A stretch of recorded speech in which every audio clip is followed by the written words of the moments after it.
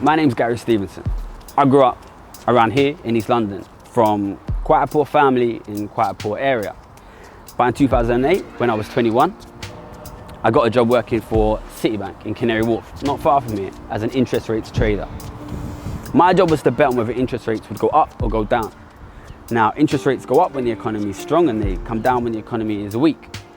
So basically, my job was to bet on the strength of the global economy. Now, when I started working in 2008, there was a global financial crisis and all the rates in the whole world came down to zero.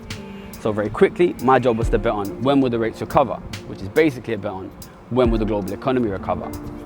Now, the history of this is super interesting. In 2008, governments and central banks all over the world printed a huge amount of money and pushed it into the economy. That meant that stock prices bounced super quickly, and economists and traders predicted that the economy would recover super quickly too. So in 2008, they predicted a V-shaped recovery for 2009. Now in 2009, when it didn't happen, that prediction got pushed back to 2010. In 2010, it got pushed back to 2011. In 2011, it got pushed back to 2012. In 2012, it was 2013. And back last year, in 2020, they were still predicting a recovery for later that year. And yet here we are in 2021 with global interest rates, just like the global economy, still at emergency lows. Now, before I started working in the city, I studied economics. And I became fascinated in understanding why are our predictions always wrong? Why do we always predict the economy is going to recover when it doesn't recover? When is the economy going to recover? Will it ever recover? And underlying those questions is one big question. Why aren't people spending more money? Now in 2008, when that huge wave of new money got pushed into the economy, economists thought people are going to spend this money and that's going to cause a massive economic boom. When that didn't happen, economists didn't understand why. But for me, having grown up around here in a place like this, I felt that I could understand why. Now, if you print a huge amount of money, it's important where that money goes. People like my family, people like the people I grew up with, people like the people around here who would have spent that money if they got it, weren't getting it. Instead, the money was going to people like the people I was working with in the city, or even the super rich people whose money we were moving. Now, the problem is, when money goes to the rich and the super rich, they don't spend it. That means it doesn't boost the economy. Instead, they use it to buy stocks and houses. That pushes stock prices and house prices up. When that happens, it doesn't help ordinary people. It makes it harder for ordinary people to save, and it makes it harder for ordinary people to buy houses.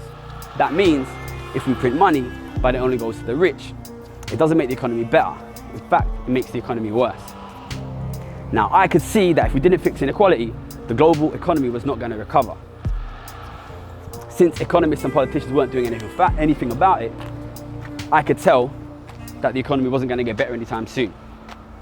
I bet that the global economy would stay weak for years, and that made me Citibank's most profitable trader. And that's how I became a millionaire, because I knew the difference between the economy down here and the economy over there. Listen, if we don't do anything about wealth inequality, the economy doesn't get better. Housing doesn't become more affordable. Wages don't go up. Well-paid jobs don't become easier to get. All of those things get worse. All of those things get more difficult. The economy for our kids will be worse than this economy. And the economy for their kids will be worse than that. Now, I'm not just saying these things, I'm betting on them. I've been betting on them for 13 years, I've been right for 13 years, and I've made millions of pounds doing it. But things don't have to turn out that way, and I don't want them to. There is an alternative.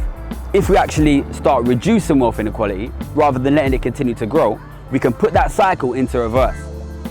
We can make the money go to ordinary people and make their lives better.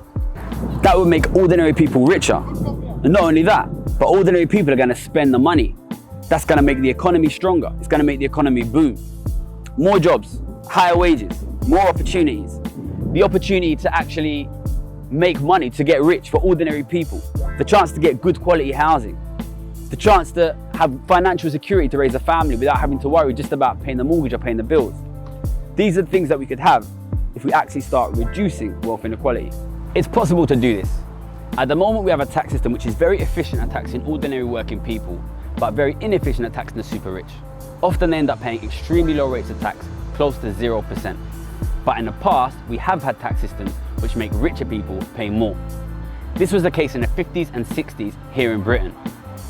And the result was a booming economy with low unemployment, good jobs, and affordable housing. Listen, that was 60 or 70 years ago.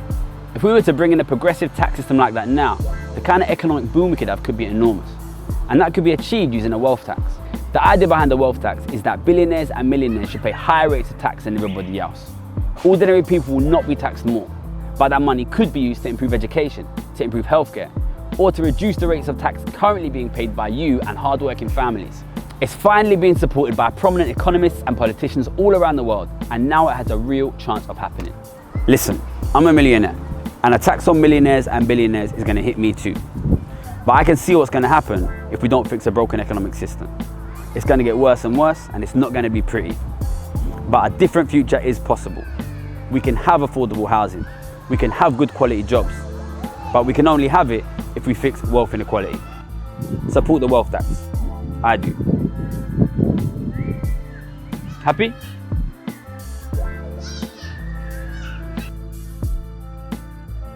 Housing could be so much more affordable, wages could be so much higher, and we could have so many more options in how we live our lives. Some of them put a lot of money into paying economists and think tanks to tell you that inequality is important for the economy. That is not true.